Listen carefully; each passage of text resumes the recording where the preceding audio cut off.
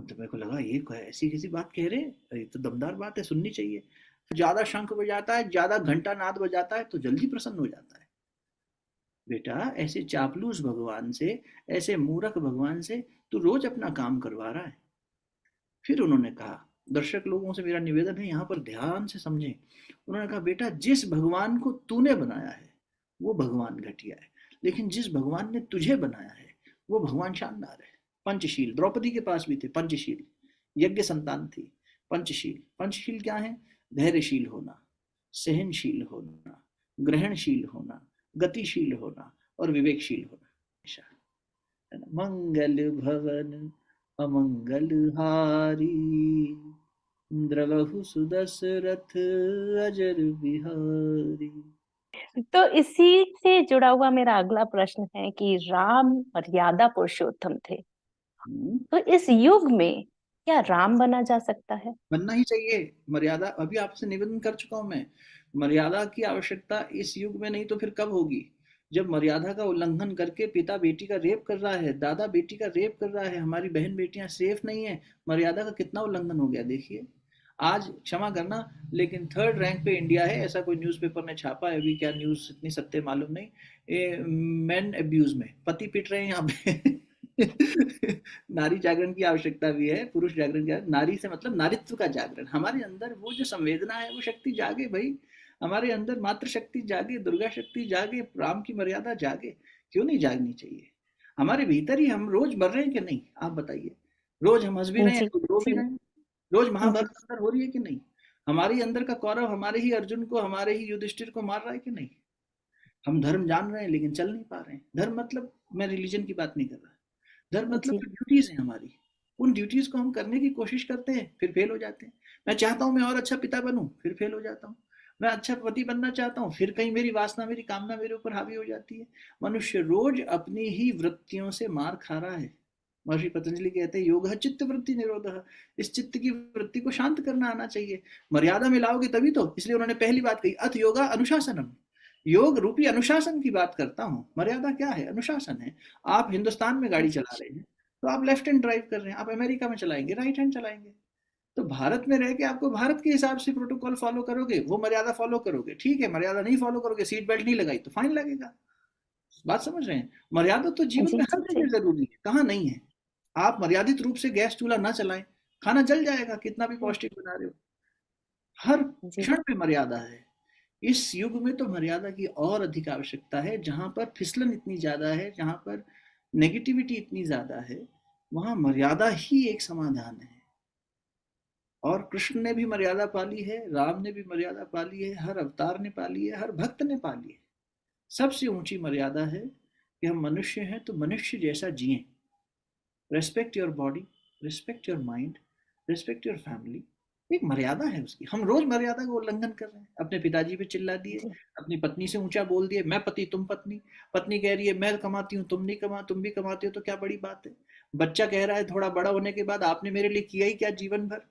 देखो घर कैसे टूट रहे हैं। जी ये मर्यादाओं की उल्लंघन की वजह से ही हो रहा है। इसलिए बहुत जरूरी है कि हम मर्यादा की शरण में जाएं। डिसिप्लिन, मर्यादा माने डिसिप्लिन। जब जीवन यम और नियम यानी डिसिप्लिन में नहीं होगा तो कहीं नहीं पहुंचेगा, फिर बिखरा बिखरा सा जीवन रहेगा। तो जिनसे भी जी ये, हम, मेरा हाथ जोड़ के निवेदन है, हम अपने जीवन को देखें। हम जितने बिखरे हुए हैं ना, उन्हें समेटने के लिए हमें डिसिप्लिन लाना पड़ेगा। शरीर जितना वीक हुआ है, एक डिसिप्लिन में लाओगे तो ठीक होने लगेगा। मन जितना इनडिसिप्लिन है, उसको डिसिप्लिन में लाओ। शुरू यहाँ से करो। ये नहीं कि अपने बच्चे को डिसिप्लिन में लाना ही हमारी मर्यादा है, या अपनी पत्नी को, अपने पति को, अपने माता पिता को, अपने ऑफिस को, अपने जूनियर को नहीं।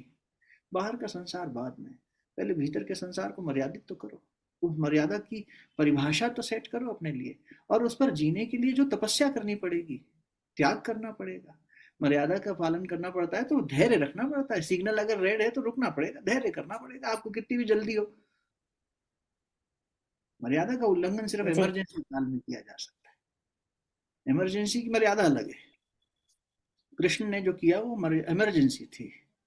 तो वहां इमरजेंसी में आप देखिए, आप डॉक्टर हैं, हम मरीज हैं। हम रोज आएंगे आपके पास, या आपके पास 100 मरीज आते हैं रोज, तो आप टोकन दे देते हो सबको, मर्यादा है। हाँ भाई, टोकन नंबर बुलाएंगे, जब तुम आना नहीं तो फिर तुम्हारा टोकन नंबर छूट गया तो फिर लास्ट में नंबर लगेगा, मर्यादा है। लेकिन अभी इमरजेंसी हो जाए, अकाल पड़ जाए, तब तब आप अपने क्लिनिक में बैठ के इलाज करेंगी क्या? नहीं, आप मर्यादा तोड़ देंगी। आप संसार में जाके मेडिकल कैंप लगाएंगी, चलो हैजा फैल गया, मैं हैजे की दवाई दूंगी, मैं हैजे की डॉक्टर हूँ, करेंगी ना, अगर आप में संवेदना होगी तो जब मर्यादाएं टूटी तो भगवान ने इमरजेंसी में नया रूल लागू कर दिया कि भाई धर्म नहीं छूटना चाहिए, इसलिए कृष्ण मर्यादा तोड़ते दिखाई देते हैं, एक्चुअली वो मर्यादा तोड़ नहीं रहे हैं। मर्यादा ही पुरुषोत्तम है, वो भी वही है।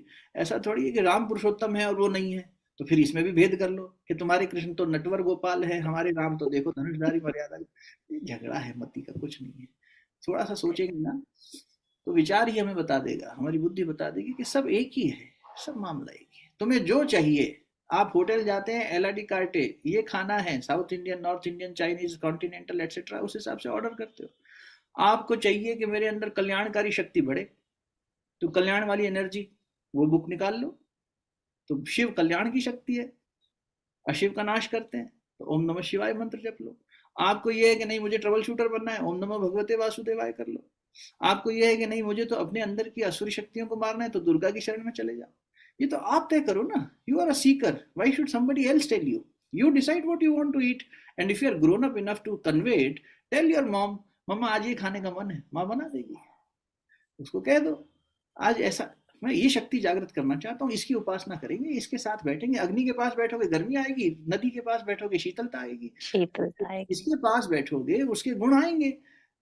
आप ट्रेन में सफर करिए और कोई ताश खेलने वाला मिल जाए, देखो फिर आसपास सब ताश खेलने लग जाते हैं, जिसके पास बिल्कुल। बैठते हैं उसके गुण आते हैं। इसलिए जो गुण डालना है अपने अंदर वो ले आओ, सारे गुण मर्यादित ही हैं, सारे सद्गुण मर्यादित हैं, चाहे वो कृष्ण की शरण से लो, चाहे शिव की शरण से, चाहे राम की शरण से, पर शरण में जाओ तो सही। मतलब सीखने के लिए जहाँ शरण में तो जी। जाना, आपके घर में जहाँ वाईफाई अच्छा आ रहा है वहां जाओगे, अपने आप अपलोड डाउनलोड फास्ट हो जाएगा, दूर जाओगे तो स्लो हो जाएगा।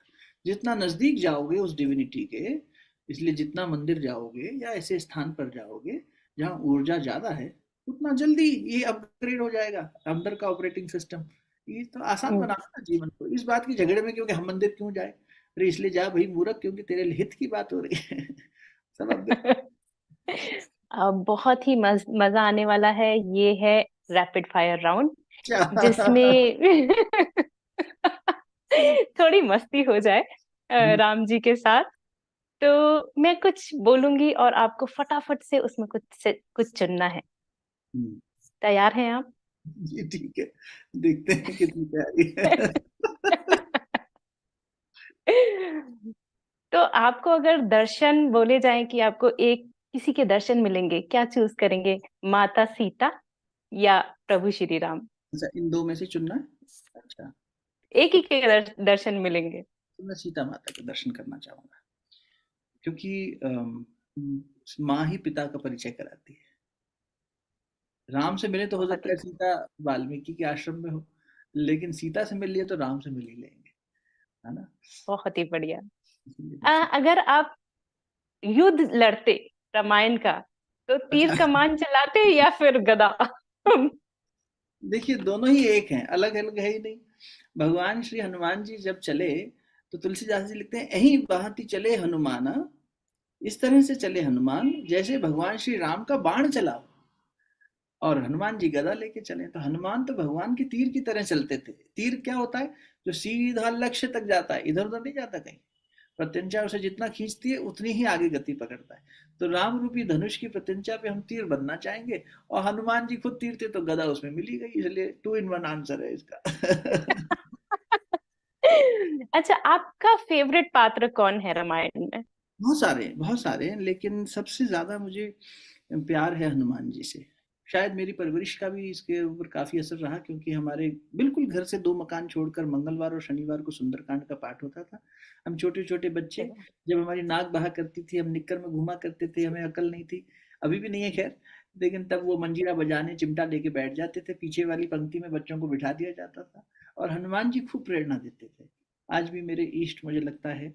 मुझे लगता है इसलिए क्योंकि राम को मैं पुकारता हूँ, लेकिन भाव मेरा हनुमान जी पे ही जाकर रुकता है, कि हनुमान एक ऐसा पात्र है, और ये रैपिड फायर राउंड है लेकिन फिर भी मैं आपकी मर्यादा का उल्लंघन कर देता हूँ। क्योंकि नहीं हनुमान नहीं, पात्र प्लीज। है। हाँ।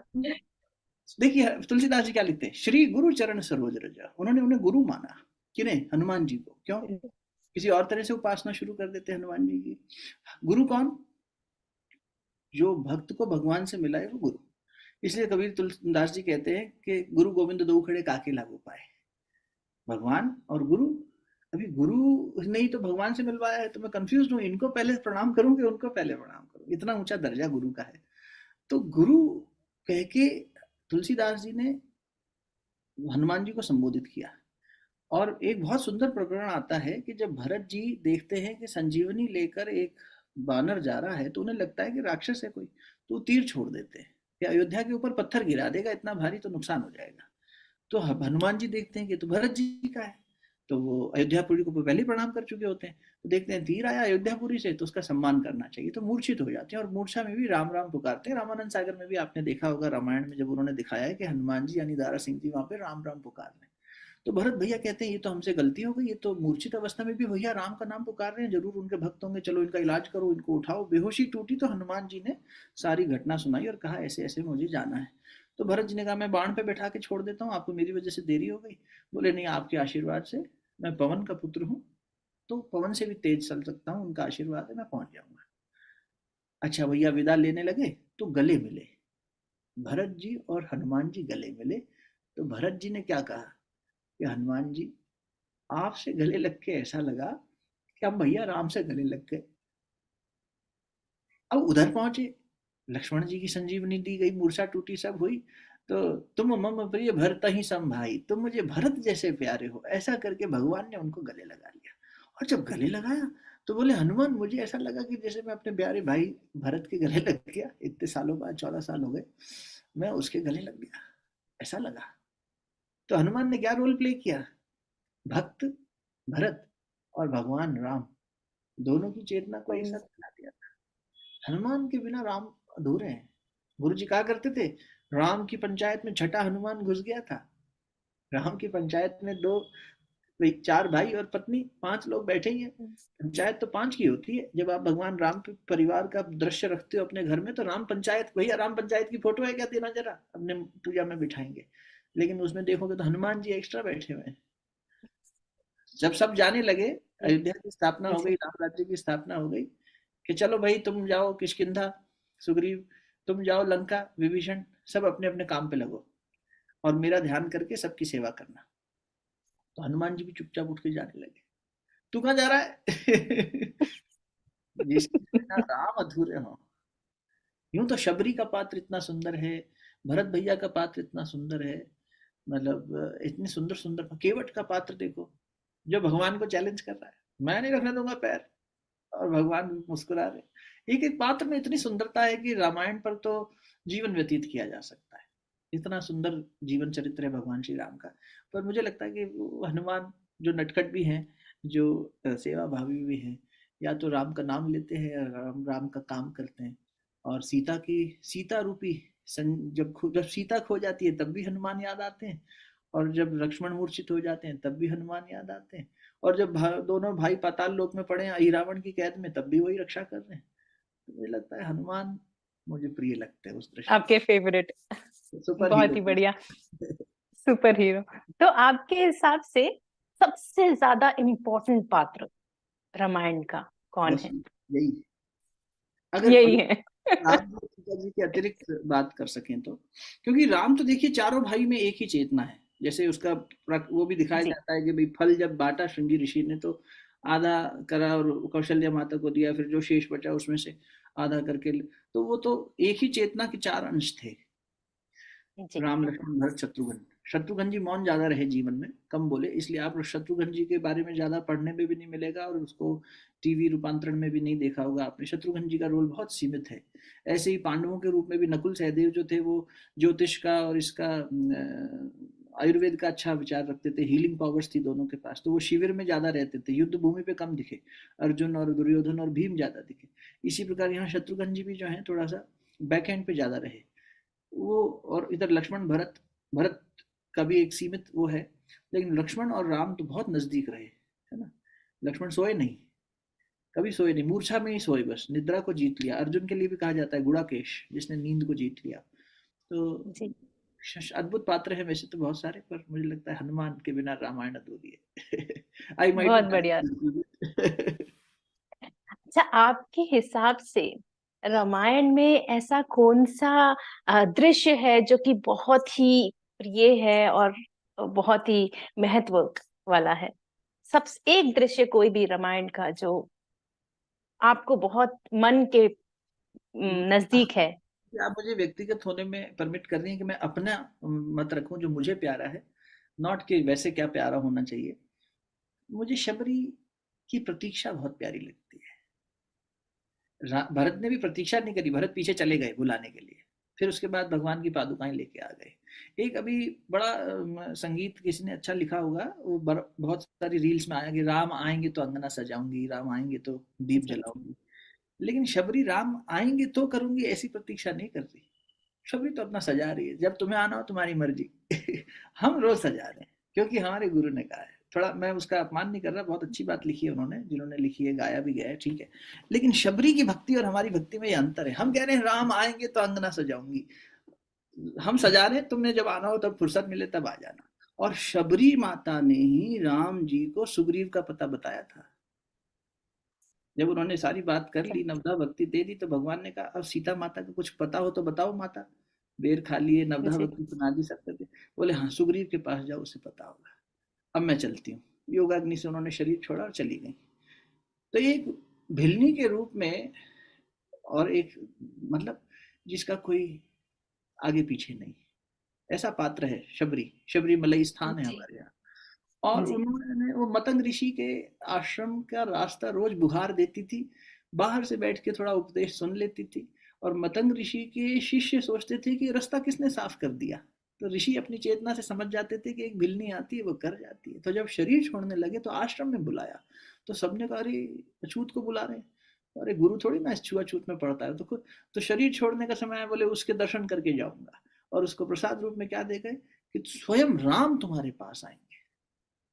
भरत राम के पास गए हैं, हनुमान राम के पास गए हैं, विभीषण राम के पास गए हैं, सीता माता राम के पास जाना चाहती है, पर राम किसके पास गए? केवट के पास गए, अहिल्या के पास गए, भिलनी के पास गए। जहां दैन्य भाव है वहां भगवान जाता है, खुद जाता है। आप अवधपुरी जाएं, बिल्कुल जाएं, भगवान श्री राम के मंदिर जाएं, दर्शन करें जब सौभाग्य मिले।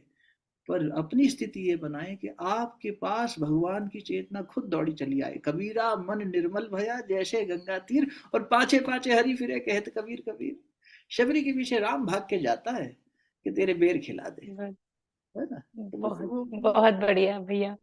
अच्छा, शबरी के बेर या फिर माता सीता की रसोई का भोजन? शबरी शबरी शबरी शबरी। अगर आप राम हैं और लक्ष्मण जी या हनुमान जी। हाँ, क्योंकि भागता है। राम जी को लक्ष्मण जी और हनुमान जी दोनों ही बड़े प्रिय थे। हाँ, एक को चुनेंगे, किसको चुनेंगे? भगवान, ये तो बड़ा ही, वो तो मुश्किल, ये तो राम जी भी मुश्किल में आ जाएंगे मुझे लगता है। तभी तो ये मस्ती टाइम है सर भैया, तभी तो ये रैपिड फायर है। हाँ, ये थोड़ा कठिन है। मुझे लगता है दोनों को इसमें बराबर ही देखना चाहिए। एक डिप्लोमेटिक आंसर नहीं दे रहा हूँ, मतलब आप देखें लक्ष्मण क्या है। लक्ष्मण है वैराग्य का प्रतीक, लक्ष्य किया हुआ मन लक्ष्मण। जब हम अब हम इन्हीं सारे पात्रों को अपने जीवन में उतारे, क्योंकि आपने मुझे राम बनने का अधिकार दिया है, और अपने अपने राम, हम भी अपने राम, तुम अपने राम। तो राम है ब्रह्म चैतन्य, सुप्रीम कॉन्शियसनेस। अब वो सुप्रीम कॉन्शियसनेस कब एक्शन में आएगी? जब अंदर डिवोशन यानी सीता होगी। लेकिन अकेली सीता से भी बात नहीं बनेगी, इसलिए तीनों साथ चल रहे हैं, राम लक्ष्मण और जानकी, है ना। राम लक्ष्मण जानकी तीनों साथ चल रहे हैं। लक्ष्मण, ये तीनों साथ चलेंगे तब जीवन चलेगा। तो लक्ष्मण क्या है? लक्ष्य किया हुआ मन, लक्ष्य किया हुआ मन। मन ने एक लक्ष्य किया, और हमने अपने जीवन में जो कुछ भी किया है, इस मन को जब तक हमने लक्ष्य के लिए प्रेरित नहीं किया तब तक नहीं हुआ। चाहे पढ़ाई थी, चाहे कॉलेज था, चाहे नौकरी थी, चाहे विवाह का जीवन है, जो भी। तो ये लक्ष्य लेकर मन चलता है और एक डिवोशन चाहिए उस लक्ष्य के साथ, तभी हम अपने लक्ष्य को अचीव कर पाते हैं। तो भगवान यानी डिविनिटी हमारे अंदर एक्टिव कब होती है? जब डिवोशन होगा और वैराग्य होगा। लक्ष्मण वैराग्य का प्रतीक है, डिटैचमेंट, और फिर हम उसमें चलेंगे। भक्त की परिभाषा, जो विभक्त ना होता उसे भक्त कहते हैं। लेकिन प्रॉब्लम क्या हुई, इस इक्वेशन में भी हनुमान कहाँ घुस बैठे? गुरु के रूप में। मन लक्ष्य की तरफ प्रेरित है, भगवान की तरफ चल रहा है संकल्पित होकर। जैसे आपने संकल्प लिया, मैं अपने हेल्थ पे काम करूंगी, मैं अपनी जी। पेरेंटिंग पे काम करूंगा, मैं अपने दाम्पत्य जीवन पे काम करूंगा, मर्यादा पे काम करूंगा, ठीक है। प्रेरणा आई, अंदर से संकल्प हुआ, लक्ष्य उठ लिया मन ने, डिवोशनली लगे भी, लेकिन गिरेंगे, कभी कभी मूर्छित भी होंगे। तब हनुमान को आना पड़ेगा, तब गुरु की आवश्यकता पड़ेगी। एक गुरु से शिष्य ने पूछा, गुरु जी, what is more important, the destination और द पाथ? तो गुरु ने कहा, the companion. Hanuman is that companion. उनकी कंपनी होगी तो लक्ष्मण मूर्छित भी होंगे तो समझ जाएंगे। इसीलिए राम को दोनों की आवश्यकता है। चेतना को जागृत होने के लिए लक्ष्य किया हुआ मन भी चाहिए और औषधि करने वाला गुरु भी चाहिए। इसलिए थोड़ा सा बहुत सुंदर। दोनों को ही चुन लो तो फायदा है, एक को मत चुनो। बहुत सुंदर भैया, बहुत ही सुंदर। तो यहाँ पर हमारा रैपिड फायर राउंड खत्म हुआ और हाँ, अब मेरे मन में एक और तासुआ प्रश्न कितने है। हुआ? डिस्टिंक्शन आ गई। अरे राजे हो, राम जी ने राज रख ली। जी। तो अब मेरे मन में एक प्रश्न है कि राम जी ने हनुमान जी को अपना दास बनाया और राम जी शिव जी के भी उपासक थे और हनुमान जी तो शिव जी के ही अंश हैं, तो उन्होंने अपना दास कैसे स्वीकार किया उन्हें? झगड़ा करवा के ही रहोगी सब में।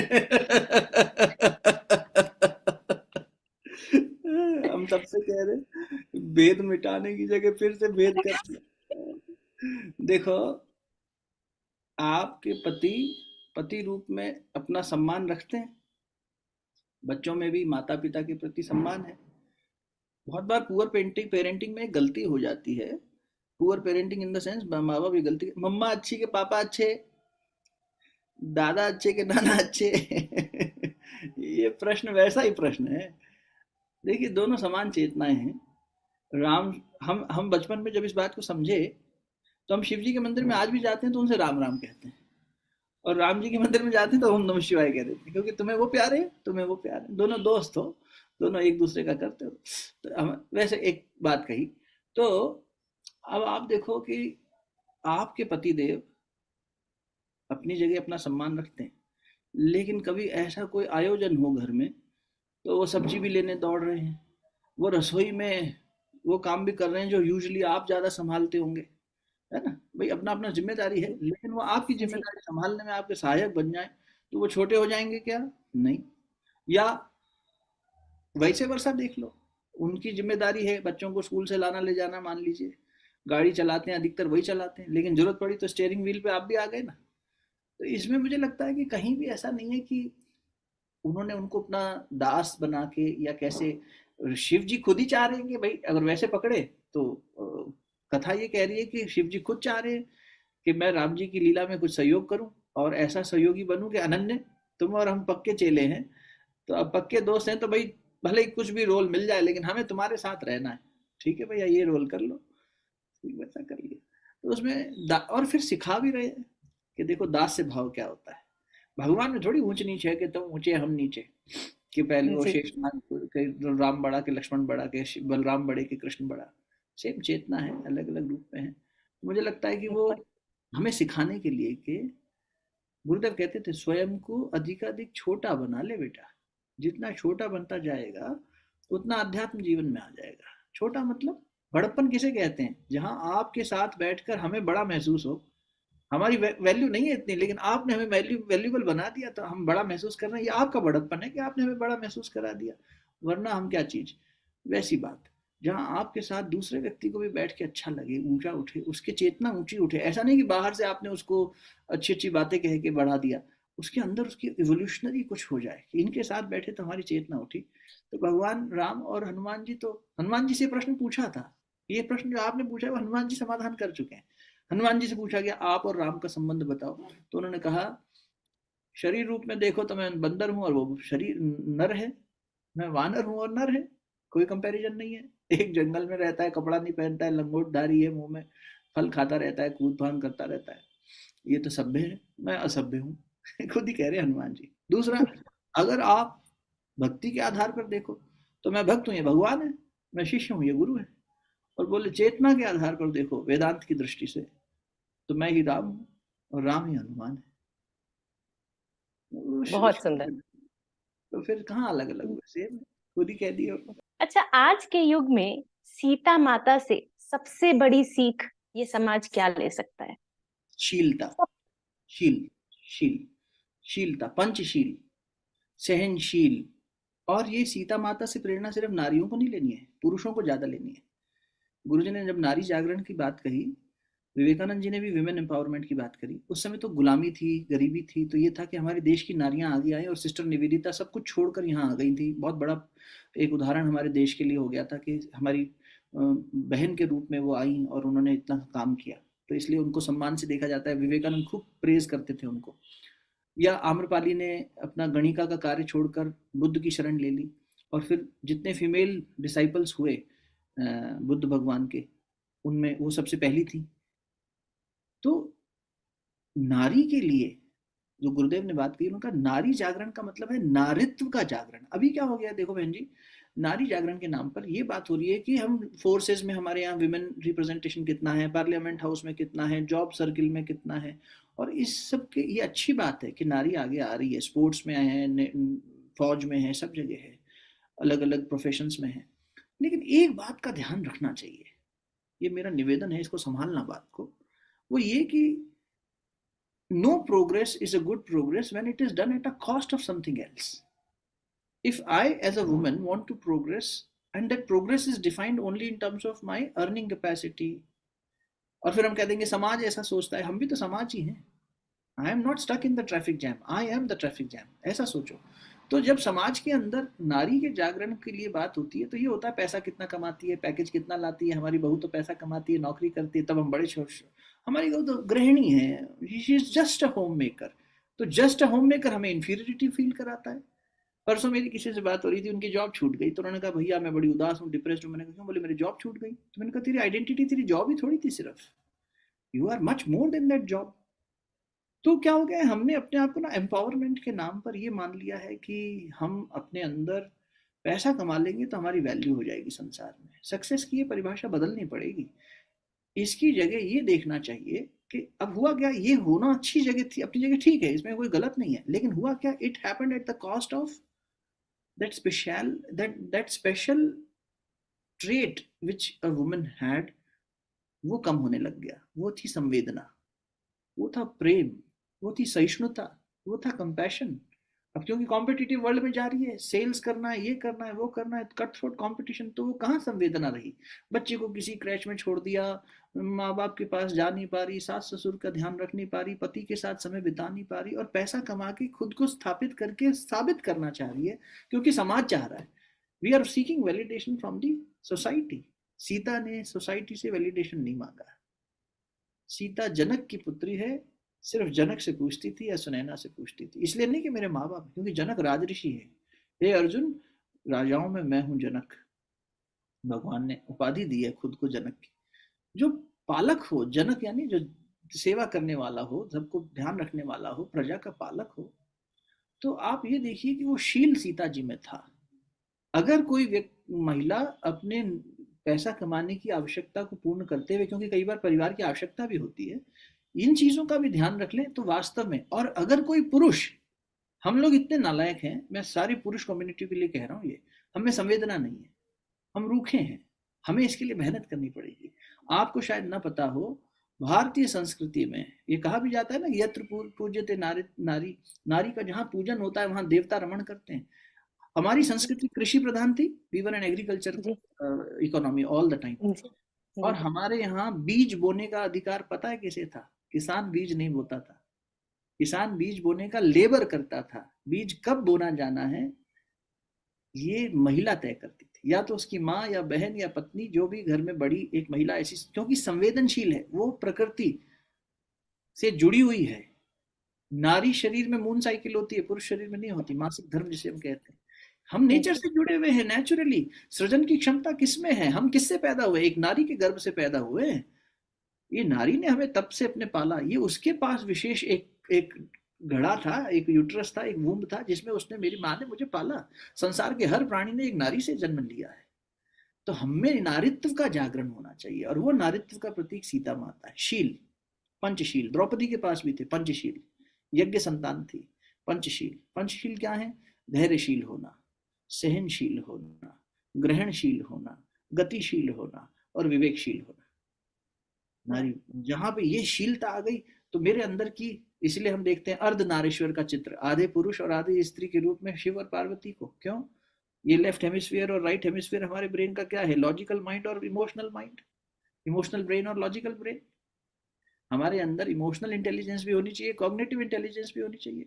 गुरुदेव माता जी की समाधि स्थल है, सजल श्रद्धा प्रखर प्रज्ञा। तुम्हारे अंदर श्रद्धा भी होनी चाहिए और प्रज्ञा भी होनी चाहिए। You should be intellectually good also and emotionally well also. दोनों चीजें होनी चाहिए। जब ये दोनों करने लगोगे तब बैलेंस बनेगा। ज्यादा इमोशनल हो गए, भावुक हो गए, तब भी कोई फायदा नहीं। ज्यादा सोचते रहे तब भी कोई फायदा नहीं। दोनों का बैलेंस करो और चल पड़ो। सीता माता ने जीवन भर वही प्रेरणा दी है। नारी की यही प्रेरणा है। नारी, संसार में किसी भी ऐसी नारी को देख लीजिए जिन्होंने श्रेष्ठ जीवन जी के दिखाया हो, संसार का उत्थान किया हो। चाहे संध्युताई सबकाल हो, चाहे कोई प्रोफेशन में हो, चाहे वो किरण बेदी को हम देखते हैं, उनसे इंस्पायर होते हैं, चाहे इंदिरा नूई को देखते हैं कि पेप्सी की सीईओ रही, जो जहां भी पहुंचे हैं। चाहे मिलिट्री में कोई हमारी माँ बहन गई हो, जैसे कल्पना चावला गई थी। बहुत सारे ऐसे उदाहरण हैं। आप देखें तो उन्होंने इन पंचशीलों का जीवन में अभ्यास किया, तभी वो हम सबके लिए प्रेरणादायी हुई। तो सीता को अपने अंदर इस तरह से जन्म दिया जा सकता है, बढ़ाना चाहिए। बहुत सुंदर भैया। अच्छा, मेरे को ये जानना है, जैसे आप साउंड हीलिंग एक्सपर्ट हैं और हमारे मंदिर में 1200 किलो का घंटा अभी मतलब स्थापित होगा, तो क्या उसकी विशेषता है? क्या उसका मतलब स्थान है? 1200 किलो का घंटा क्यों वहां पर स्थापित किया जा रहा है? देखिए, मैं एक्सपर्ट नहीं हूँ, पहली बात। दूसरा, लेकिन ये है कि इस पथ का पथिक होने के नाते हमारे यहाँ नाद ब्रह्म है। नाद ब्रह्म, जी। शब्द ब्रह्म, नाद ब्रह्म। इस सृष्टि में एक नाद निरंतर गुंजायमान हो रहा है। माता जी कहा करती थी निरंतर अनहत नाद जिसे कहते हैं। कबीर ने उसे अनहत नाद कहा। कैलाश खेर जी ने गाया था, अनहत नाद बजाओरी मिल सब, आज मेरे पिया घर आए हैं। है ना? भगवान कब आ रहा है? जहां नाद है। Sound and light, these are two fundamental energies which are governing the universe. और दोनों का ही हमारे जीवन पे प्रभाव है। आप एक गीत सुन लेते हैं तो आपके अंदर वीरता का भाव, अभी 26 जनवरी आ रही है, हमारे अंदर शौर्य जाग जी। जाएगा। देश के प्रति वीरता का भाव सुनेंगे तो भारत माता की जय निकल आएगा। अगर हम सैड सॉन्ग सुने, वही जगजीत सिंह है, उनकी गजल सुन लीजिए, उदास भी हो सकते हैं। और वही उनके भक्ति गीत सुन लीजिए, तो हो सकता है भगवान के प्रति भक्ति भी जाग जाए। ये संगीत का असर है। हमारे यहाँ राग जीवन को जगाने वाली और जीवन को गति देने वाली हुआ करती थी। चाहे वो अलग अलग मल्हार हो, चाहे दीपक हो, चाहे दूसरी रागें हो, है ना? तो ये सब राग और संगीत जो है मंदिर में, इसीलिए कि मंदिर में जब आप घुसते हैं तो एक बेल लगा दी गई इन्वर्टेड पोजीशन में, कि उसको बजाएंगे तो उसकी वाइब्रेशन से पहले मन शांत हो। साउंड की वाइब्रेशन से मन एक सर्टेन स्टेट ऑफ फ्रीक्वेंसी में आए, और उसकी उस स्टेबल फ्रीक्वेंसी स्टेट में जब आप अंदर जाएंगे, तो जिस समस्या का समाधान लेने आप उस गर्भगृह में जा रहे हैं, उसका समाधान आप लेके आ पाएंगे। नहीं तो विचलित मन क्या समझ पाएगा, बताइए? मन को स्थिर होना जरूरी है। तो उसकी जी। स्थिरता के लिए साउंड वाइब्रेशंस मदद करती हैं। अब 1200 किलो हो सकता है, उसका आयाम इतना बड़ा है, मंदिर का परिसर इतना बड़ा है, इसीलिए इतना वजनदार लगा रहे हो। लेकिन वजन से ज्यादा आवश्यक है उसमें धातुएं कितनी मिली हैं। तो हमारे यहाँ पंच धातु, पहले कई कई ऐसे मंदिर हैं जहाँ पे कामाख्या माता का मंदिर है, और है जहाँ मंदिर में बेल चढ़ाई जाती है। जब लोग अपनी कामना करते हैं कुछ, कि हम मंदिर में जी। घंटी चढ़ाएं, तो वो पंच धातु की होगी कि तीन धातुओं की होगी कि सप्त धातु की होगी कि अष्ट धातु की होगी। तो इस तरह से धातु, 8 धातुएं जो हैं, उन सबको आपस में मिला के बेल्स बनाई जाती हैं और मंदिरों में लगाई जाती है। अब ये अपनी अपनी, इसका विज्ञान ये है, बाकी इसमें भावना पक्ष भी है। आप अगर बाकी बिहारी मंदिर जाएंगे तो एक भी बेल नहीं मिलेगी। वहाँ ये है कि हमारे कृष्ण लला सो रहे हैं, बेल बज जाएगी तो डिस्टर्ब हो जाएंगे। वो वृंदावन धाम की महिमा है। भक्तों का अपना तरीका है, लेकिन इसका जी, विज्ञान ये है कि हमारा मन शांत हो जाए और उनकी वाइब्रेशंस के साथ में, और जहां जहां तक वो वाइब्रेशंस फैलेंगी, इतने जी, बड़े नाद, इतना नाद जो पैदा होगा और वो आसपास के वातावरण में जब प्रसारित होगा, एक तरह से जी, ट्रांसमिट होगा, तो साउंड जी। वाइब्रेशंस सबके मन के अंदर इतना अच्छा असर डालेंगी। तो बढ़िया है, मंदिर में इसलिए बेल लगाई जाती है। बहुत बढ़िया भैया। अच्छा, मेरा ये आखिरी क्वेश्चन, मन तो नहीं कर रहा बोलने का आखिरी क्वेश्चन, बट रामलला की मूर्ति काले रंग की बनाई गई है। कुछ विशेष बात है कि काले रंग की क्यों बनाई जाती है या काले रंग की क्यों बनी है? नहीं, ये ऐसा नहीं है कि देखिए, रंग की महिमा है। कलर हमारे यहाँ चिकित्सा के रूप में, एक थेरेपी के रूप में देखा जाता है। और श्वेत और काला, ये दो रंग अधिकतर यूज होते हैं भगवान के प्रतिमाओं का निर्माण करने में। आप साउथ इंडिया में जाएंगे तो ब्लैक स्टोन ज़्यादा मिलता है, इसलिए वहाँ ब्लैक ज़्यादा यूज होता है। नॉर्थ इंडिया में वाइट स्टोन ज़्यादा मिलता है, इसलिए वाइट यूज होता है। और जो इस मूर्ति का निर्माण जिन्होंने किया है, उन्होंने ही Netaji Subhash Chandra Bose, Statue of Liberty, Statue of Unity जो अपनी ये सरदार पटेल जी की है, इन सभी मूर्तियों के निर्माण में उनका नाम शायद योगी राज है। एक यंग स्कल्पचर है, पहले आईटी में रहे और फिर उसके बाद वो अपने, उनके दादाजी भी मूर्ति का निर्माण करते थे, पिताजी भी करते थे, तो वो इसी कार्य को उन्होंने आगे बढ़ाया और उन्होंने ही इस मूर्ति को बनाया भी है। और साउथ में ही निर्मित हुई है मूर्ति। और ये अच्छा बात है, इससे पूरे देश का योगदान, क्योंकि नहीं तो ऐसा लगता है कि राम नॉर्थ इंडिया के भगवान है, साउथ इंडिया के नहीं है। हमारे हमारे रामन है, वहां पे एक एन एक्स्ट्रा लग जाता है ना, कृष्ण का कृष्णन, राम का रामन हो जाता है। तो ऐसा नहीं है, पूरे देश का योगदान लगा है। मुझे लगता है कि इतना ही विज्ञान है, बाकी इसमें बहुत ज्यादा ये नहीं है। स्टोन की अपनी वैल्यू होती है, नो डाउट, उसकी जो जी, वाइब्रेशंस होती हैं उसका वो है। लेकिन अब इसमें क्या है, इस तरह से इसका मूल्यांकन करेंगे तो ये लगेगा अच्छा ब्लैक की वाइब्रेशन ज्यादा होती है, व्हाइट की कम होती है, ये वो ऐसा लगने लगेगा, है ना। जी, जी। भैया, जो आज के दिन अयोध्या नहीं जा पा रहे हैं, मैं अनुरोध करूंगी हम सभी दर्शकों को, आप एक छोटी सी मेडिटेशन के द्वारा, एक छोटे से ध्यान के द्वारा 5 मिनट, 10 मिनट, जो भी समय अलाउ करे, आप अगर मेडिटेशन करा सकें और हमें उस ऊर्जा से थोड़ा टच करवा सकें। तो हम राम को फिर व्यक्ति के रूप में मर्यादित, सिर्फ सीमित नहीं कर देंगे। मेरा ऐसा जी, जी, सुझाव है। ध्यान के जी, माध्यम से अपने अंदर की उस चेतना को ही राम में बना लेंगे, है ना। जैसे गुरु जी, को भी कहा जाता है कि गुरु कोई व्यक्ति नहीं, शक्ति है। हम क्या करते हैं, व्यक्तिगत होकर गुरु को भी सीमित कर देते हैं। और तुम्हारे गुरु से हमारा गुरु अच्छा, हमारा गुरु दाढ़ी वाला, तुम्हारा गुरु चोटी वाला, ये झगड़ा करते रहते हैं। इस सब में मत पड़ो। राम को दशरथ नंदन राम से शुरू करें भले ही, लेकिन वही बात जो थोड़ी देर पहले कबीरदास जी ने कही कि चौथे राम जगत से न्यारा। एक जगत से न्यारा है जो सारी व्यवस्था को चलाता है, ईशा अनुशासनम, है ना। वो पहला जी, उपनिषद है ईशावास्य उपनिषद। वो क्या कह रहा है, ईशा वास्यम इदम सर्वम, ईश्वर का वास सर्वत्र है। तो सर्वत्र जिस ईश्वर का वास है, जो सब में रम रहा है, वो राम, उस राम का उपासना करते हैं। आपने आदेश किया है तो बिल्कुल छोटा सा करते हैं। निवेदन है जो साथ बैठे हैं कि शरीर को स्थिर कर लें, नेत्र कोमलता से बंद कर लें। मैंने फिलहाल आपको भी म्यूट कर दिया है और हम ध्यान के अंदर गति करते हैं। शरीर को स्थिर करके नेत्र कोमलता से बंद करके बैठें। आप कुर्सी पे बैठे हो कुर्सी पे बैठे रहें, आसन पे बैठे हो आसन पे बैठ जाएं। इस समय सुनते हुए यदि आप गाड़ी चला रहे हो तो ही ध्यान ना करें, नेत्र खोले रखें, लेकिन हाँ, सुनते सुनते ध्यान करें। ध्यान ये ध्यान वो विधा है जिसमें हम बुद्धि को भगवान के पास ले जाते हैं। धी यान, यान मैंने एक जहाज, वायुयान, जलयान, ऐसे ही बुद्धि रूपी यान जिस पर बैठकर, बुद्धि यानी विचार, हम विचार करें, कंटेम्पलेशन करें, शरीर को स्थिर कर लें, मन को विचार से जोड़ दें और इस विचार पे बैठकर गति करें। गति करें अयोध्या की ओर। अयोध्यापुरी भगवान श्री राम का प्राकट्य स्थान। दशरथ नंदन रूप में भगवान श्री राम आए और फिर यहीं रहे, गए नहीं कहीं। विचार के रूप में महापुरुष, अवतारी चेतनाएं, भगवान का अवतार इस पृथ्वी पर बार बार आता है और फिर यहीं रहता है। चाहे अवधपुरी हो, चाहे वृंदावन हो, चाहे काशी हो, चाहे जगन्नाथपुरी हो, चाहे हरिद्वार ऋषिकेश हो, ये सभी स्थानों पर जहां पर भगवान ने प्राकट्य लिया, प्राकट्य रहने के बाद भगवान यहीं रहे।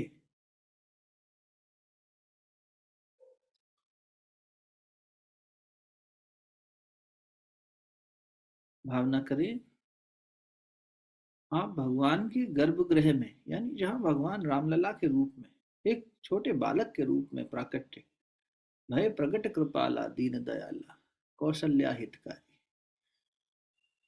वो कृपालु भगवान कौशल्या का हित करने के लिए और उनके माध्यम से, माता कौशल्या के माध्यम से हम सबका हित करने के लिए प्रकट हुए। भाई प्रकट कृपाला दीन दयाला, दीनन के प्रभु राम।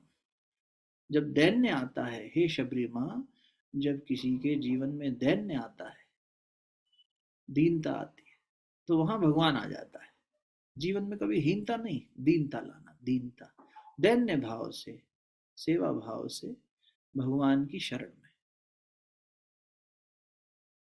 रामलला के पास आप बैठे हैं, आपका मन बैठा है और हर्षित हो रहा है। हर्षित महत्तारी मुनि मनहारी अद्भुत रूप विचारी। ये अद्भुत रूप लेकर आए, विचार कर रहे हैं। क्या अद्भुत रूप लिया है? धनुष लेकर आए, अद्भुत लीलाएं करी। राजा बनते बनते वनराज बन गए, वन में गमन करते करते इतने संतों से मिले, इतनी लीलाएं वहां करी, ऋषियों के तप की रक्षा करी, क्षत्रिय धर्म भी निभाया, पुत्र धर्म भी निभाया, राजा का धर्म भी निभाया, पिता का धर्म भी निभाया, पति का धर्म भी निभाया। ब्रह्म चैतन्य स्वरूप स्वयं राम बनकर आए और उनकी लीला देख रहे हैं। शिव जी, पार्वती जी, ब्रह्मा जी, नारद जी, सब लीला देख रहे हैं। लीला में कोई भ्रमित भी हो रहा है, गरुड़ जी भ्रमित हो गए, हम भ्रमित ना हो, बस भगवान की लीला को देखिए।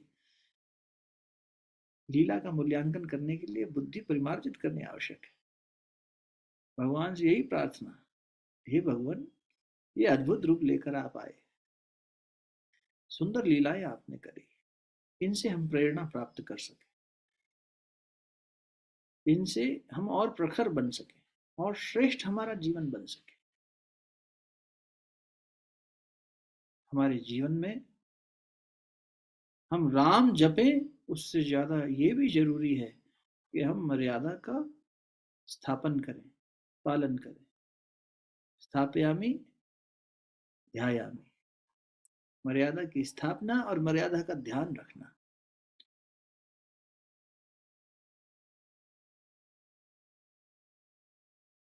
अगर हमने ये किया तो राम हमारे मन में स्थापित हो जाएंगे। एक राम दशरथ का बेटा, एक राम घट घट में बैठा। बैठा सब में है पर जागृत नहीं हो रहा, क्यों? क्योंकि वह भक्ति की कमी है। सीता रूपी भक्ति और लक्ष्मण रूपी वैराग्य रूपी भाई मन, मन को लक्ष्मण रूपी बनाओ। मन में वैराग्य हो और भक्ति हो तो ब्रह्म चैतन्य स्वरूप भगवान श्री राम प्रकट हो जाते हैं। है तो प्रत्येक प्राणी में वही प्राण, वही भगवान। फिर सब कोई मर्यादा का पालन क्यों नहीं कर रहे? क्योंकि वहां सीता और लक्ष्मण नहीं है। जहां ये होगा वहां राम प्राकट्य ले लेंगे, वरना इनर्ट स्टेट में, ये परमात्मा मेरे अंदर वो भक्ति और वो वैराग्य जगा दो। स्वामी विवेकानंद माँ काली से दर्शन करके यही मांगे, माँ मुझे शक्ति दो, भक्ति दो, वैराग्य दो, ज्ञान दो। मांगने गए थे अपने परिवार के लिए सामान, नहीं मांग पाए। संसार नहीं मांगो भगवान से, भगवान को ही मांग लो। वो ज्ञान कि मैं तुम्हें समझ सकूं, अपने आप को समझ सकूं, मैं क्या हूं, जीवन का उद्देश्य क्या है। अयोध्यापुरी के गर्भगृह में भगवान श्री राम के दर्शन करते हुए यही प्रार्थना करिए कि आपके भीतर में, आपके अंतःकरण में, अनाहत चक्र के माध्यम से, हृदय स्थान से परमात्मा का दिव्य प्रकाश आपके अंदर जागृत हो रहा है। ईश्वर अंश जीव अविनाशी, हम उन्हीं का अंश हैं। तो जैसा पिता वैसा पुत्र होना चाहिए। तुम शेर के बच्चे हो तो शेर जैसे दहाड़ो, बकरी जैसे मैं क्या करते हो? राम की संतान हो तो मर्यादा का पालन करो। कमजोर कैसे पड़ गए? उत्तिष्ठ जागृत, स्वामी विवेकानंद उद्घोष करते थे, उत्तिष्ठ जागृत, उठो जागो, उठो जागो, उठो जागो। और तब तक चलते रहो जब तक लक्ष्य प्राप्त ना करो। लक्ष्य क्या? भीतर के देवत्व को जगाना, मर्यादा का प्रयास करते हुए मनुष्य जैसा जीवन जीना, और उससे और ऊंचे उठकर नर से नारायण। ये वो संस्कृति है जो नर से नारायण भी और वानर से नारायण भी बना सकती है। बंदर जैसी उच्छृंखलता खूब कर ली, लेकिन जिस दिन राम जी से जुड़ गए उस दिन से फिर वो हनुमान हो गए। हम भी भगवान से जुड़े तो फिर जीवन हनुमान जैसा हो जाए। सारी शक्तियां वापस दे देंगे भगवान जो हम भूले बैठे। अब weakness is death, strength is life, Swami Vivekananda. उठो जागो, खुद को कमजोर मत मानो, बी ब्रेव। भगवान तुम्हारे साथ है, तुम्हारी शक्तियां तुम्हारे साथ है, और जीवन का महान लक्ष्य तुम्हारे सामने है। उठे और उसकी ओर चल पड़े। ऐसी शक्ति भगवान हमें भरे, ऐसी प्रार्थना करिए। और मन ही मन बारंबार भगवान को प्रणाम करते हुए दोनों हाथ जोड़कर, और फिर उसके बाद दोनों हथेलियों को आपस में मलिए, अपने मुखमंडल पर स्पर्श कराइए, हृदय स्थान पर स्पर्श कराइए, सहज अवस्था में आ जाइए।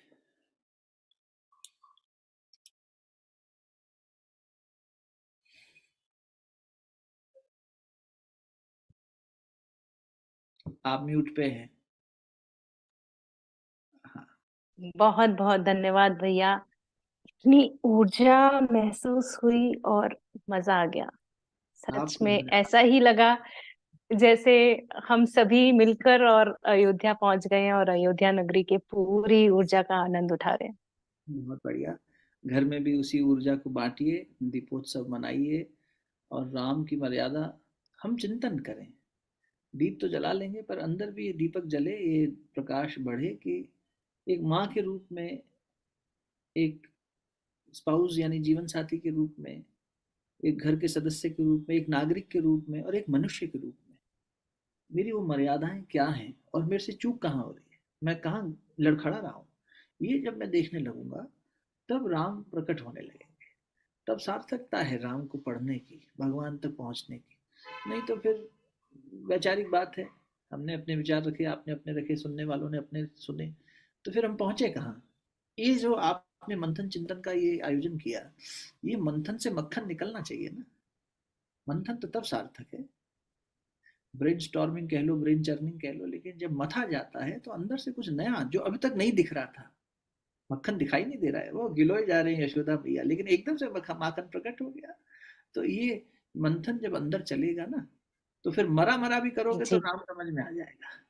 फिर सीधे उल्टे की बात ही नहीं, फिर शुद्ध अशुद्ध की बात ही नहीं, कर डालो बस। बहुत सोचते विचारते मूल्यांकन करते समय बीत गया, अब चलना चाहिए, व्यक्ति को करना चाहिए कुछ, मुझे ऐसा निवेदन है। बाकी तो भगवान की शक्ति है, करा रही है, और इतना सब कुछ हो रहा है, और भी आगे अच्छा होगा ही, सबके जीवन में बढ़िया होगा, ये तय बात है। बहुत बढ़िया भैया, बहुत ही अच्छा। मेरा लास्ट प्रश्न, आप बार बार कहेंगे लास्ट बोल रही है, पर मेरा मन एक वो जिज्ञासु हो रहा है। हम्म। अगर एक युवा चाहे अपनी जर्नी स्टार्ट करना, तो हम्म। दो ग्रंथ आते हैं हम सामान्य रूप से हमारे सामने, गीता और रामायण। पहले किसको पढ़ा जाए, और पहले मतलब कैसे शोध किया जाए कि पहले मैं गीता उठाऊं या पहले मैं रामायण उठाऊं? जहाँ हमारी स्थिति हो, क्योंकि गीता जी को अगर आप देखेंगे, स्पेशली हम भगवत गीता जी की बात कर रहे हैं, भगवत गीता को हम इतना सम्मान क्यों देते हैं? क्योंकि वो बैटल फील्ड में खड़े होकर कही हुई एक ऐसी सोल्यूशन है। It's a solution, and it's a scripture which qualifies to be a psychological book also, जो साइकोलॉजी यानी मन के पूरी गति को समझाती है। भगवान ने 2/62 और 63 में बताया कि मनुष्य को गुस्सा क्यों आता है और उसका सर्वनाश कैसे हो जाता है। ध्याय तो विषयान पुंसा संगस्तेषु उपजायते, संगात उपजायते काम काम क्रोध उपजायते। हे अर्जुन, जब मनुष्य कोई डिजायर करता है, कोई विचार करता है, तो कैसे उसे पाने की इच्छा करता है, मिल जाता है तो उसमें लालच आता है और डर आता है कि कहीं खो ना जाए, नहीं मिलता है तो घबरा जाता है कि गुस्सा आ जाता है कि अरे मेरे को नहीं मिला, फ्रस्ट्रेट हो जाता है, फिर उस क्रोध की स्थिति में सम्मोहित हो जाता है, फिर सेल्फ हिप्नोटाइज होके अपना सर्वनाश कर बैठता है। अब ये कितना अच्छा हमें समझाया गया। अब वहां पर क्या है कि मन की साइकी को इतना अच्छे से निकाल के रखा गया है। रामायण में भी है, भगवान ने मन की गति को बार बार समझाया है, ऐसा नहीं है कि वहां नहीं है। रामायण एक स्टोरी लाइन भी है, भगवान के जीवन की लीलाएं भी उसमें। गीता जी में ऐसे लीलाएं नहीं है। गीता एक उपनिषद की शैली में साथ बैठकर की हुई दो लोगों के बीच में संवाद है, जी। और उन दोनों की डिस्कशन में क्रॉस क्वेश्चनिंग बहुत है। तो रामायण में क्या होता जी। है कि कुछ लोगों को जो थोड़े रसिक हैं, मतलब जिनको रस अच्छा लगता है, भक्ति डिवोशन, तो वो कथा का भी आनंद लेना चाहते हैं और सीखना भी चाहते हैं। गीता जी। जी में it is more about questioning, debating, arguing for, वो मंथन चल रहा है, रेगुलर चर्निंग चल रही है। तो उसमें जी। अर्जुन के जो डाउट्स हैं वो एक्चुअली हमारे मन के डाउट्स हैं, अर्जुन हमारे रिप्रेजेंटेटिव बन के पूछ रहे हैं। तो जी। लगता है कि हाँ भाई, we are not detouring too much, we are going, cross question बार बार हो रहे हैं। तो अगर किसी को गीता जी इसीलिए कि भाई मुझे ये वाला मेरा टेस्ट है कि I don't want to deviate from the topic and I want to stay here and continuously question answer उसको और ड्वेल करना है, इट्स लाइक अ रिसर्च, तो वहां जा सकते हैं। समाधान दोनों में मिलेंगे, पूर्ण समाधान जीवन के मिल जाएंगे। और रामायण जी में जाएंगे तो रामायण जी में ये है कि एक स्टोरी के माध्यम से आपको धीरे धीरे ठहराव में थोड़ा एंजॉय करते हुए खोजना भी पड़ेगा, है ना। वहाँ कोई डायरेक्ट बैठ के बता नहीं रहा है, unless you are listening it from a master. हालांकि वो गीता जी के लिए भी है कि उसकी व्याख्या करने वाले व्यक्ति में इतनी क्षमता हो। तो अच्छे जी। ऐसे संत हुए हैं जिन्होंने अच्छी व्याख्या करी है, उनकी कमेंट्री सुन सकते हैं, पढ़ सकते हैं। और दोनों ही awesome। ग्रंथ अपने आप में बहुत, मतलब गीता जी में भी एक बार रस आ जाता है तो फिर छूटता नहीं है, फिर एकदम मन एकदम वहाँ रुक जाता है। तो गुरुदेव कहा करते थे, रुचि पैदा करो बेटा, इंटरेस्ट। आपकी जिस चीज में रुचि होती है उसके पीछे मन दौड़ पड़ता है। भोजन में रुचि होगी जो खाने की, तो अपने आप ढूंढ लेगा। सुबह उठ के घूमने जाना है तो फ्लाइट पकड़नी है तो आदमी खुद उठ जाएगा। सेहत बनाने के लिए अगर रुचि कम होगी तो नहीं उठेगा, संकल्प लेगा लेकिन फिर कंटिन्यू नहीं होगा। इसलिए when you develop interest in knowing these things, they itself create a lot of flavour, और उस फ्लेवर में फिर मजा आने लगता है। तो मैं तो कहूंगा कि दोनों को पढ़ो थोड़ा थोड़ा। मानस भी बहुत सुंदर ग्रंथ है, अवधि भाषा में है, सरल है। गीता जी पे उपलब्ध बहुत है कमेंट्रीज, इंग्लिश हिंदी में, और संस्कृत में जी। मूल ग्रंथ है। तो इस दृष्टि से अच्छा है। बहुत बढ़िया भैया, बहुत आनंद आ रहा है, और आनंद के साथ साथ जो ज्ञान की प्राप्ति हो रही है, जो ज्ञान की गंगा बह रही है, वो तो शानदार है। और मन ही नहीं कर रहा कि बस मन कर रहा है चलते जाए चलते जाए चलते जाए। पर जैसे हमने आज सीखा कि अनुशासन, मर्यादा में रहना बहुत बहुत बहुत जरूरी है। तो मर्यादा में रहते हुए हम अभी विश्राम लेते हैं। इट वाज वंडरफुल, और मुझे बहुत आनंद मिला ये संवाद करके। भगवान की बात ही ऐसी होती है जो संक्षेप में कहने में मन नहीं करता। तो मैं हाथ जोड़कर क्षमा मांग लेता हूँ कि हर चीज को इतना विस्तार से बताया। बिल्कुल बिल्कुल भी नहीं भैया। और जाते जाते अगर हमारे श्रोताओं के लिए और भगवान प्रभु रामचंद्र जी के लिए, जो कि मुझे विश्वास है कि वो हमारा पॉडकास्ट भी सुन रहे हैं और अभी यहाँ पर हाँ। विराजमान है, तो उनके लिए आप एक स्तुति अगर प्रस्तुत कर दें श्री रामचंद्र जी की, तो मेरे को मजा आ जाए। मेरे को ना दो दोहे बहुत प्यारे लगते हैं रामायण जी के, मैं उतना ही कहना चाहूंगा। एक जी। है जो काकभूषणी जी ने गरुड़ जी को कहा। गरुड़ जी को ये भ्रम हो गया कि ये कैसे भगवान हो सकते हैं, तो खुद ही नागपाश में बंद गए। और जी। गरुड़ जी से कहा गया कि इनके नागपाश को खोलो। तो गरुड़ जी ने कहा, ये तो इनके नाम मात्र से जब सब मुक्त हो जाते हैं तो फिर ये तो खुद ही बंधे हुए हैं, ये भगवान नहीं हो सकते, ये श्रीहरि कैसे हो सकते हैं। तो उनका जो डाउट था वो दूर करने के लिए पहले ब्रह्मा जी के पास गए। ब्रह्मा जी ने कहा, देखो बड़ी मूवी बड़ी इंटरेस्टिंग चल रही है, तुम बीच में डिस्टर्ब मत करो। फिर बोले कहीं कहाँ जाएं, तो वो गए शिव जी के पास। शिव जी ने भी कहा, देखो बड़ी इंटरेस्टिंग मूवी चल रही है, लेकिन महाराज कोई तो समाधान बताओ। बोले नारद के पास चले जाओ, वो बता देंगे। तो नारद जी ने कहा, तुम एक काम करो, तुम जाओ नीलाचल पर्वत, वहां काकभूषणी यानी एक कौवा भगवान की कथा कह रहा है। अब कौवा क्या है, पक्षी जगत में बहुत प्रिय प्राणी नहीं माना जाता, वो कर्कश बोलता है इसीलिए। और गरुड़ जी कौन है, खगेश। खगेश यानी खग यानी पंछी, पंछियों के राजा। जी। जी। तो नीलाचल पर्वत पे एक सबसे निम्न कोटि का पंछी उनके प्राणी जगत में कथा कह रहा है राम की।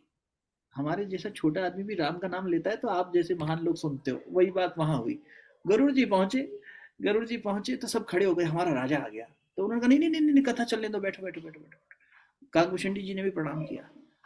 तो जब कथा शुरू हुई ना, उससे पहले उन्होंने पूछा कि आप अपना अनुभव बताइए, कथा तो सुनाइएगा ही और मेरा भ्रम दूर करिएगा। तो इन्होंने काकभूषणी जी ने जो दोहा कहा था बड़ा सुंदर है, और एक अन्यत्र जगह पे भगवान शिव ने पार्वती जी से कहा है। तो ये दो दोहे सुना के मैं विराम दूंगा वाणी को। तो उन्होंने कहा, निज अनुभव अब कहूँ खगेशा, बिन हरि भजन ना मिटहि कलेशा। मैं निज अनुभव कह रहा हूँ खगेशा, हे गरुड़ जी, बिना हरि भजन के कलेश मिटेगा नहीं जीवन का। जीवन का कलेश तभी मिटेगा जब आप अपने दिव्य चेतना केंद्र में, ईगो सेंटर से डिवाइन सेंटर में जाएंगे, तो सारे कलेश खत्म हो जाएंगे, सारी सफरिंग्स खत्म हो जाएंगी। All sufferings are because of अज्ञान, बिकॉज ऑफ माई ईगो। उसकी जगह मैं अपने दिव्य केंद्र में चला जाऊं तो पहुंच जाएंगे। इसलिए भगवान की शरण यानी अपनी आत्मा की शरण में जाना ही चाहिए। और भगवान शिव कह रहे हैं उमा यानी पार्वती जी से, उमा कहूँ मैं अनुभव अपना।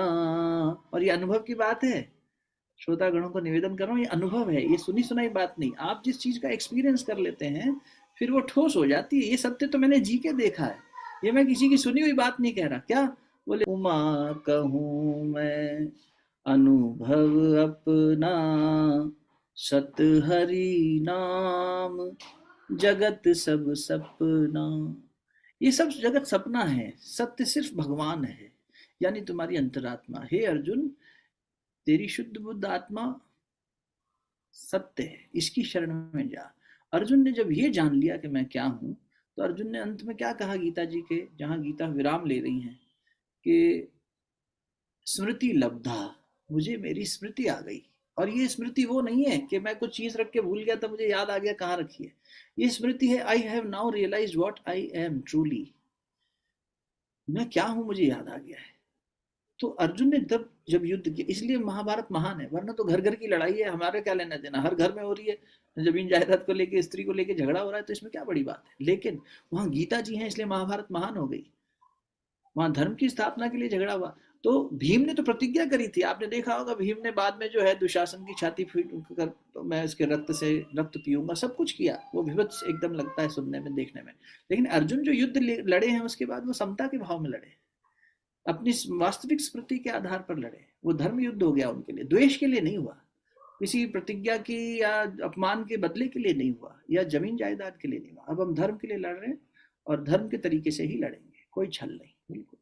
तो मुझे लगता है कि सत हरि नाम जगत सब सपना, या जो काकभूषणी जी कह रहे हैं कि बिन हरि भजन न मिटहु कलेशा, है ना, मंगल भवन अमंगल हारी, द्रवहु सुदशरथ अजर बिहारी, दीन दयाल बिरज संभारी, हरहु नाथ मम संकट भारी, कयहु नाथ अस मोर प्रणामा,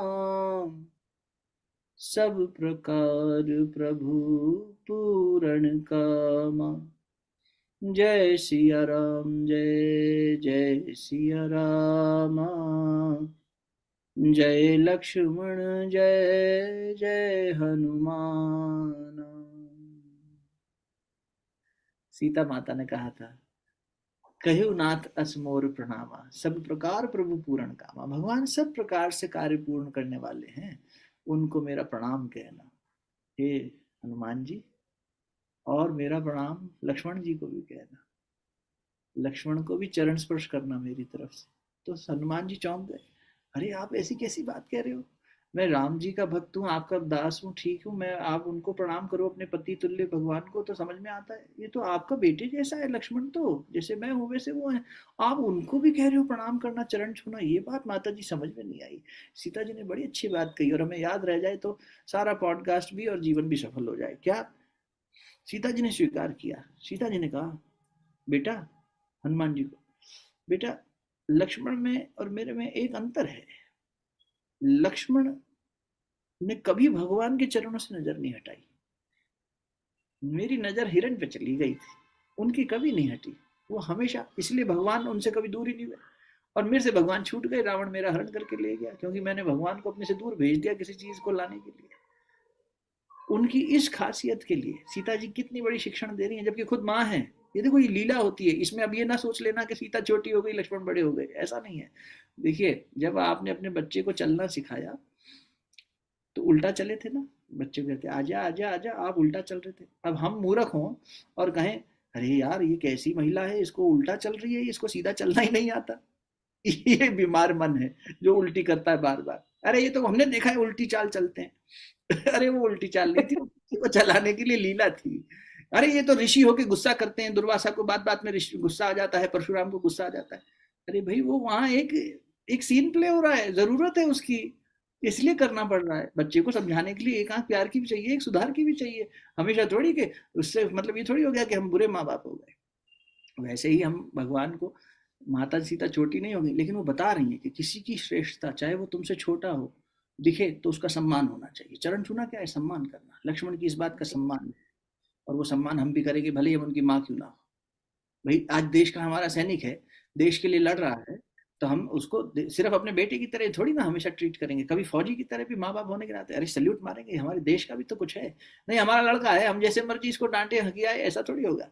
वो तुम्हारा प्रेम है, जो मर्जी करो, लेकिन उसकी उस अच्छाई का, उसकी उस गरिमा का सम्मान होना चाहिए। मर्यादा है। सीता जी ने मर्यादा का पालन करते हुए देखो हनुमान, और अगर वो उन्होंने नहीं किया होता तो आज हम ये बात नहीं कर रहे होते कि लक्ष्मण जी की इस बात का सम्मान सीता जी करके बता रही है। समझ लीजिए। तो बस ठीक है, जय सिया राम, जय जय सिया राम, जय लक्ष्मण, जय जय हनुमान, और क्या। ये ऐसे बहुत ही चलते हैं सुंदर। याचना जी और डिवाइन, पूरी team divine divinity with in की, कि ये ऐसे भगवान के स्वरूप और पात्र हैं जिन पे दिनों दिन बात कर सकते हैं हम लोग। बात कर सकते जी। इसलिए तो आपकी बात सही है कि इसको विराम देना अपने आप में बड़ा एक, ये नहीं समझ में आता कि इसको रोकना मर्यादा है या मर्यादा का उल्लंघन है। धन्यवाद धन्यवाद धन्यवाद आपका, आपके कीमती समय का। और ये जो ज्ञान की गंगा आपने बहाई है उसमें हम सभी आनंदित हो गए। तो बहुत बहुत बहुत बहुत धन्यवाद। ज्ञान की गंगा, जैसे भगीरथ गंगा को लेकर आए थे ना, अब आपने फिर बोलने लगूंगा तो बात लंबी हो जाएगी। ज्ञान की गंगा का पुरुषार्थ कोई तपस्वी करता है, महापुरुषों ने की, गुरुजनों ने करी, हम तो उनकी सुनी हुई बातें आप तक परोस रहे हैं। गुरु जी कहते थे बेटा, भगवान के खेत में दाल चावल उगा था, यूं कोई तुमसे पूछे तो कहना कि हमारे गुरु जी ने उसकी खिचड़ी बना दी। तुम्हारा काम क्या है बेटा? बस परोसने का है। तो हमारे श्रोतागण कुछ लेना चाह रहे थे, तभी बैठ के इतना सुन रहे हैं, और हमारा काम परोसने का था। बनाया अगर कुछ अच्छा लगा आपको तो वो शेफ पीछे बैठे। वो गुरुजन जिन्होंने सब तपस्या करी, जिन्होंने तुलसीदास जी को नमन, कबीरदास जी को नमन, जिन्होंने ये सब किया, मीरा को, मतलब ऐसे ऐसे भक्त आए जिन्होंने अपने जीवन में इतने कष्ट उठाए, जी। आताताइयों से लोहा लिया। आप अकेले कबीर की चर्चा करना शुरू कर देंगे तो, हमने कबीर पे एक बार प्लेलिस्ट है हमारे यूट्यूब चैनल पे, 40 घंटे हमने कबीर पे ही बात करी, 40 दिन निरंतर बैठे, एक एक घंटा तब जाके पूरा हुआ। हनुमान चालीसा को समझा, डिकोड किया कि कहना क्या चाह रहे हैं। भगवान श्री हनुमान जी की उस सुंदर स्वरूप को समझने के लिए पूरी चालीसा उन्हीं की स्तुति है, उसको समझा किया। तो ये जब हम समझने बैठते हैं इन लोग के आशीर्वाद से, गुरुजनों के, तो वास्तव में बड़ा डूबते चले जाते हैं, और इसमें से बाहर आना भी नहीं चाहिए, डूबे ही रहो ना। लेकिन अभी विराम देते हैं क्योंकि हमारे सबका बाह्य जीवन भी संसार हमें पुकार रहा होगा। जी जी जी बिल्कुल। अच्छा पुरुषार्थ कर रहे हैं, जारी रखिए, खूब खूब जो सही। धन्यवाद। हाँ जी।